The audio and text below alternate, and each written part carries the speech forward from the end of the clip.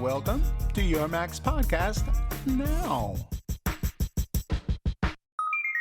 John Pakskowski of All Things Digital is reporting that Research in Motion is finally acknowledging the growing popularity of Android and iOS devices in enterprise and is wisely taking steps to support them.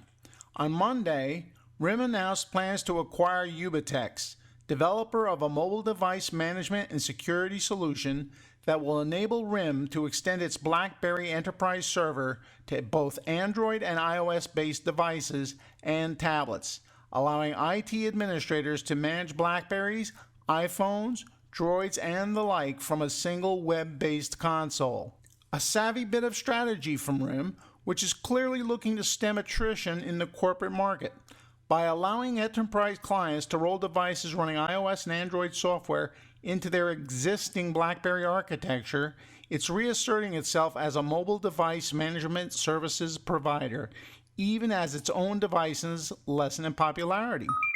A new report released last week by IDC shows Apple's iPhone has substantial growth in the first quarter of 2011, states the mighty beard at the loop.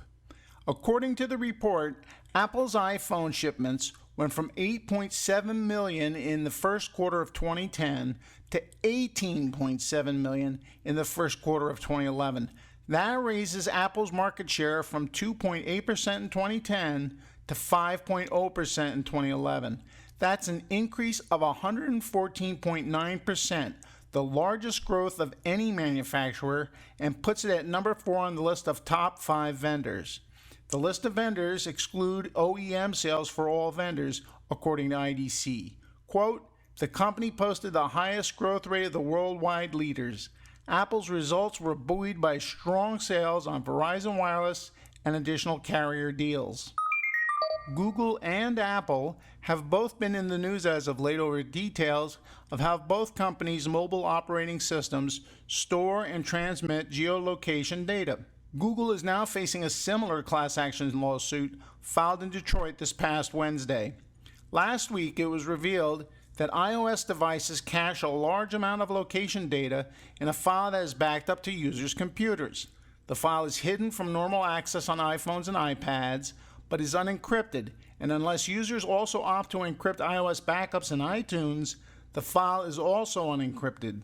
Apple later explained that the data was a cache of nearby cell tower and Wi-Fi access point locations downloaded from Apple, which iOS devices can use to more quickly narrow down a user's location when GPS signals are weak or non-existent.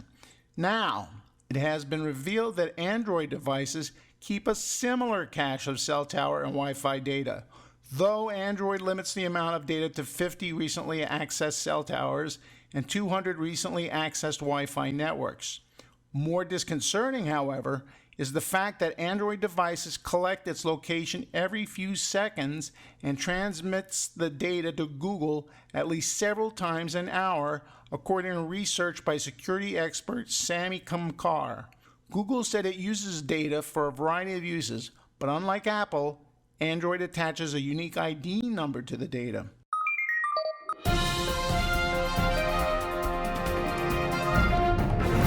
Truth triumphs fiction. And you think Americans have high taxes? Let's stroll halfway around the globe, why don't we?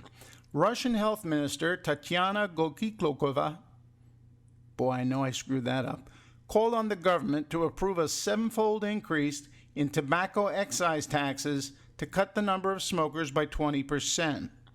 Taxes will be raised over a long term to help reach an optimal level of 55 rubles per cigarette pack, Golikova said in an interview in Moscow today. That is an equivalent of 700%. There now. Hope you feel better.